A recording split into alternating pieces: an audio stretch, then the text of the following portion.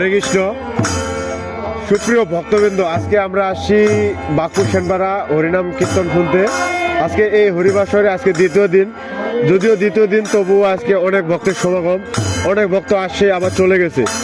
রাত সন্ধ্যা থেকে আমাদের প্রসাদ বিতরণ শুরু হয়েছে, বর্তমানে চলতেছে। প্রসাদের কোনো কমতি নেই, যেমন হরিনামেও কোনো কমতি নেই, তেমনি প্রসাদেও কোনো কমতি নেই।